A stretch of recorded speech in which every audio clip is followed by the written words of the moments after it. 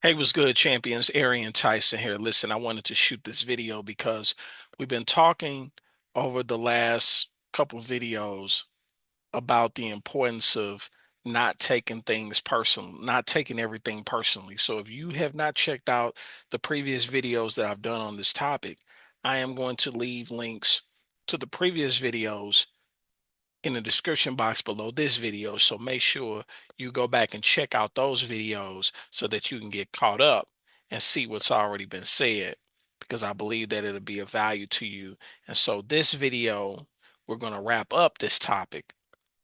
And over the previous two videos, I have shared three things that will help us stop taking everything personally. In this video, I'm going to share an extra one. So I'm going to share four things that we can take in mind to not take everything so personally. So, of course, if you get value, feel free to like, comment, and share this video. So, with that being said, let's dive in. So, and one of the things that we have to understand, one of the things that we have to realize is that we have to remember how important our inner peace is. And that's the first point. We must remember that inner peace begins the moment that we take a deep breath and choose not to allow another person or another event to control our thoughts. Because the truth of the matter is, you are not what happened to you. You are what you choose to become in this moment. So you need to let go, you need to breathe, and then begin again. Another thing to remember to stop taking everything so personally is if you don't like someone's behavior, stay away, but don't hurt them. Don't be abusive. Don't be disrespectful. That's a sign of weakness. In fact, the real test always comes when you don't get what you expect from people. Will you react in anger, or will calmness be a superpower?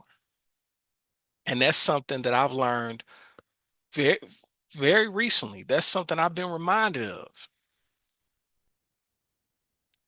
Another thing to realize that will help you stop taking everything so personally is that when someone upsets us, this is often because they aren't behaving according to our fantasy of how they should behave. And that's a big one. And the frustration then stems not from their behavior per se, but from how their behavior differs from our fantasy, right? So let's not get carried away, because remember, calmness again is a superpower. And then the fourth and final thing to remember in this video that will stop you from taking everything so personally is that you have to realize that you won't always be a priority to others. And that's why you need to be a priority to yourself. Learn to respect yourself. Learn to take care of yourself and learn to become your own support system. Your needs matter, ladies and gentlemen. Start meeting them. Don't wait on others to choose you. Choose yourself today. Choose yourself daily. Think about this, because oftentimes we're going to come across folks that offend us. And when someone insists on foisting their hostility and drama on you, pushing their hostility and drama on you, just keep practicing, reading your notes to self, so to speak, and be an example of a pure existence. Do your best to respect their pain and focus on compassion. Communicate and express yourself from a place of peace, from a place of wholeness, with the best intentions, not just ready to give them a piece of your mind. With that said, however, sometimes handling offensive people directly is, well, it's necessary. It's necessary. And I want to share with you a couple of strategies that has helped me along the way. You have to take positive control of negative conversations. It's okay to change the topic. It's okay to talk about something positive. It's okay to steer conversation away from pity parties, from drama, from self-absorbed sagas. Be willing to disagree with difficult people and deal with the consequences. Some people really don't recognize their own difficult tendencies or their own inconsiderate behavior. You can be honest in their overly negative attitude if that's what's driving you. You can actually tell a person, I feel like you ignore me until you need something. Because all of us have felt that way. You can also be honest if their overly negative attitude is what's driving you away. I'm trying to focus on positive things. What's something good we can talk about? It may work and it may not work.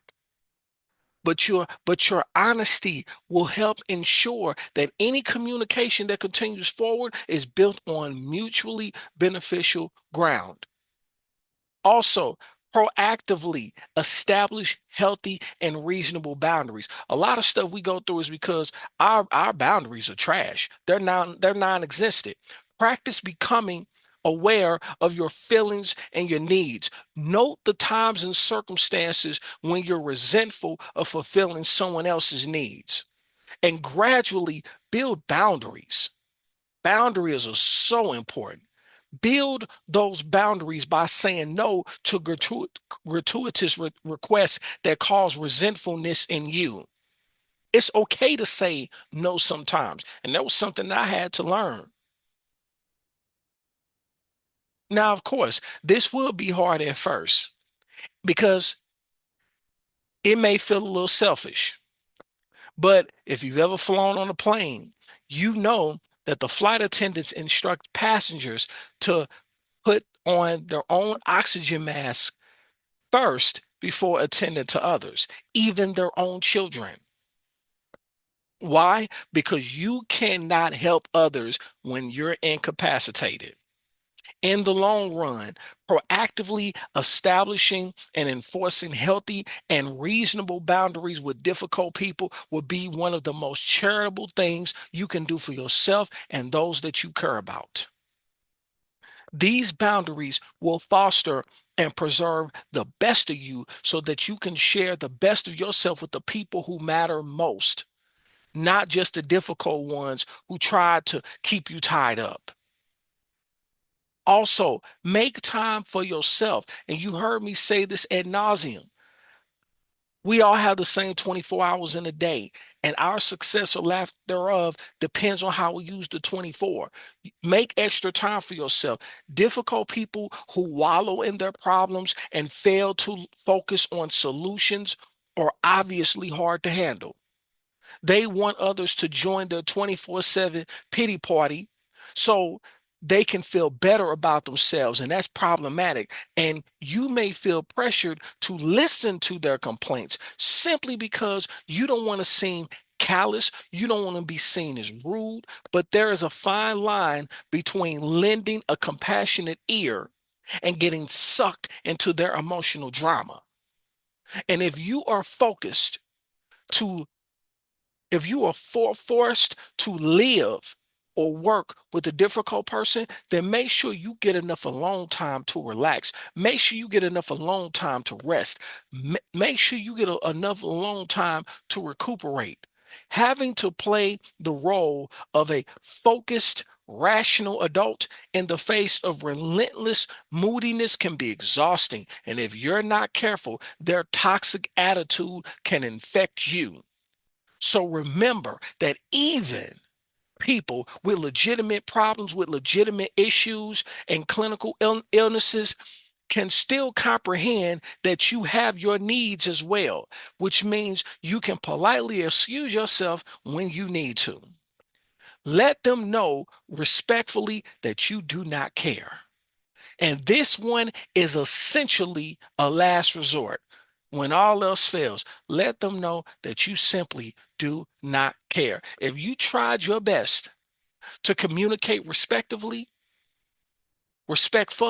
with a difficult person, or to gracefully distance yourself from them, but they insist on following you around or they insist on attacking you for whatever reason, it's time to speak up and tell them that their words are meaningless. In such situations, I challenge you to make this your lifelong motto. I respectfully do not care. Say it to anyone who relentlessly passes public judgment on something that you strongly believe in or something that makes you who you are.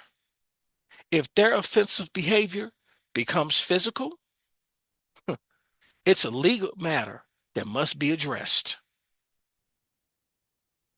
If you've survived through the wrath of a physical abuser in your family, and you tried to reconcile things, if you forgave and you struggled, even if the expression of your grief has you succumb to outbursts of toxic anger, if you spent years hanging on to the notions of trust and faith, even after you knew in your heart of hearts that those beautiful intangibles upon which love is built and sustained would never be returned, and especially if you stood up as the barrier between an abuser and someone else and took the brunt of the abuse in their place, you are a hero, ladies and gentlemen, and I salute you.